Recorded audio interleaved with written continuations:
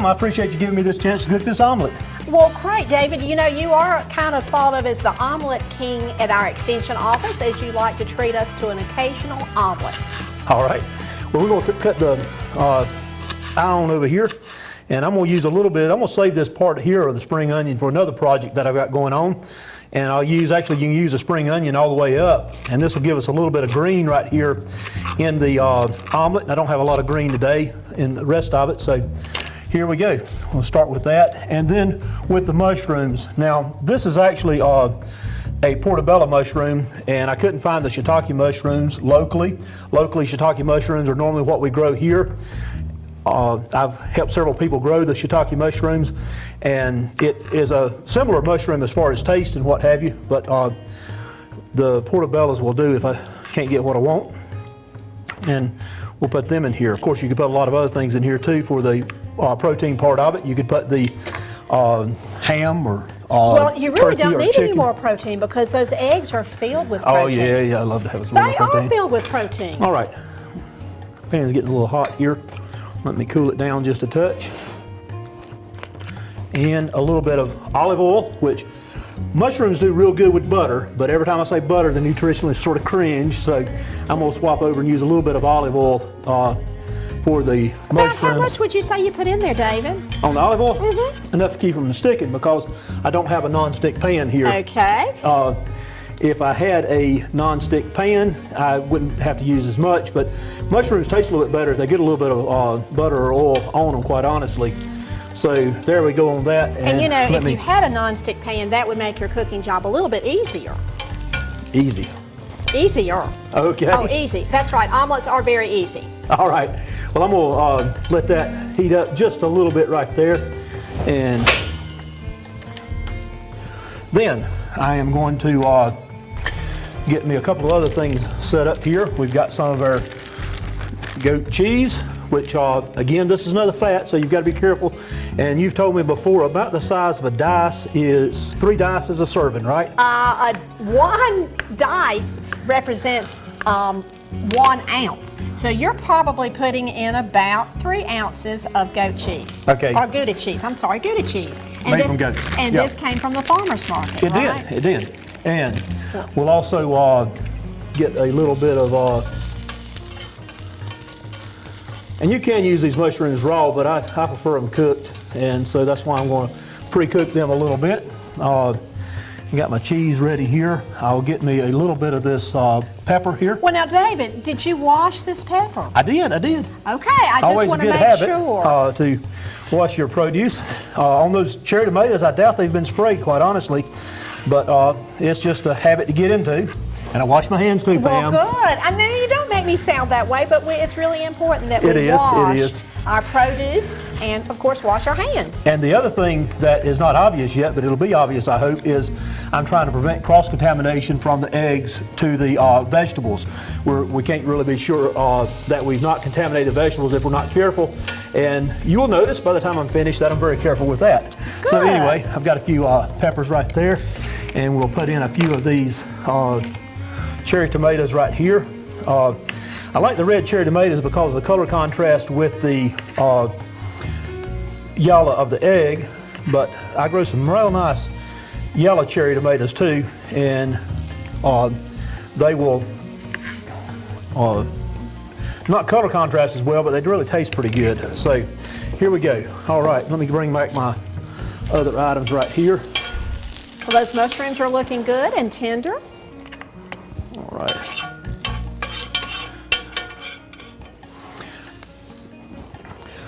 Let me move that so we can see it better. All right. Now, keep that heating up a little bit and get it hot enough to kill all the bacteria in there. Next thing we got to do is we got to crack the eggs. And Pam, you ought to learn how to crack them with one hand. Well, Right. David, I crack on the side of a container.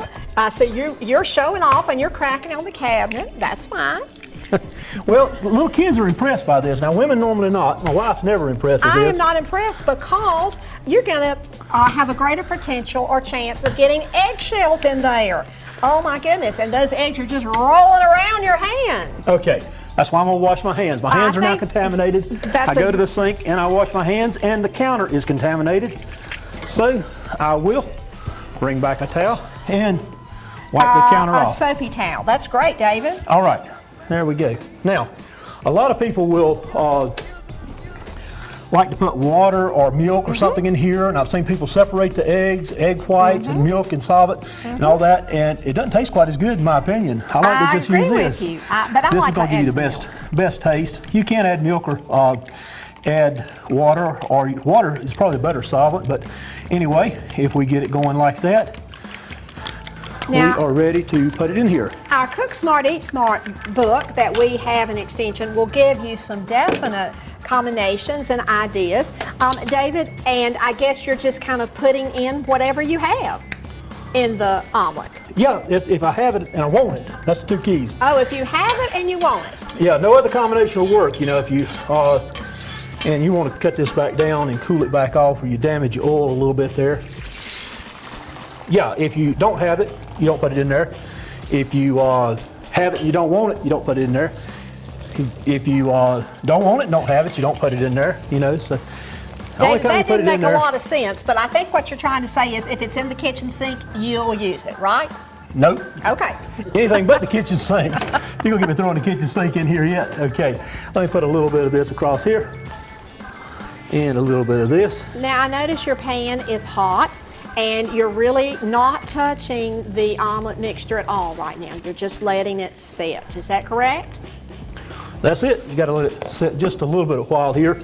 And actually, I've got that end of the pan a little bit hotter than this end right here. Bring my stuff across here, divvying it up.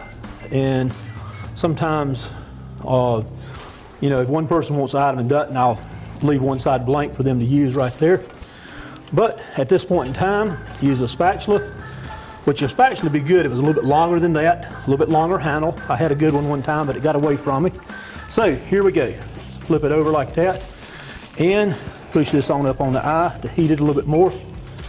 And so you're going to do a triple fold, almost an envelope fold? Yeah, I will. And don't worry about it if it falls apart. That's good, because it's good to have the vegetables invisible in sight. You know, if a few of them get kicked out here, I just throw it on top. Now, the real professionals, I'm an amateur, Pam, but the real professionals will take these non-stick pans and they'll cook everything on top of it, and when they flip it out of your plate, they'll sort of flip it over like that. That's impressive. I can't do that. That's impressive, okay. Yeah, I have to do it this way here. Give me another chance here to flip it the rest of the way. Well, you're impressive in the fact that you're doing a three-way or an envelope fold. A lot of times omelets are just folded in half. So now, we want to make sure that that's done, and we'll be ready to David, you can probably eyeball that, but if you wanted to use a digital thermometer, you would be cooking the eggs to about 160 degrees. 160, which if it's runny, it ain't 160. That's right. Might need to cook just another second. It's not ready yet. Time, patience on omelets. Now, some other combinations that spinach is a good one. Use spinach and cheese inside of an omelet. That does an excellent job like that. I will also, like I said, use ham at times, chicken. I will use turkey. I don't like to use the beef or the venison. I have, you know, but they don't do quite as well as a combination. Tomatoes, I love tomatoes, but if it's out of season during the winter and I've got some canned salsa, I might use salsa on that. If it is the peppers, some people like to use hot peppers. I'm not much into jalapeno peppers, but I've seen it done. You could use that. And then you can use a whole range of spices, you know, like your basil. If you want to do a basil and cheese omelet like that, you could do that. You could do rosemary. There's a number of different things that you could do to make that work. Pam, you think it's good enough for you now? Well, David, you're the chef, so... There we go. Okay. All right. That cherry tomato certainly does look great. Gives it a little bit of color, doesn't it? Yeah, that's what I say. If things fall out, you can just get them over there, and we'll cut that off. And David, you know, an omelet is one step. The next step is a frittata. And a frittata is very similar to an omelet, but you don't have to do any of the turning, and you just cook it in your pan. Right. And I bet you could do that for us for next staff conference, a frittata. Well, the trick on a frittata is a little bit lower heat than what I had here. And the other thing is, towards the end, you can cover it up and cook the top of And it a little set bit it better. a little bit better. With a frittata. But with the omelets here, these are real quick. Normally, about 9 minutes from the time I walk in the kitchen, I can have an omelet sitting on the table. And that looks pretty good on it. It looks delicious. Well, until next time, let's eat smart and eat local.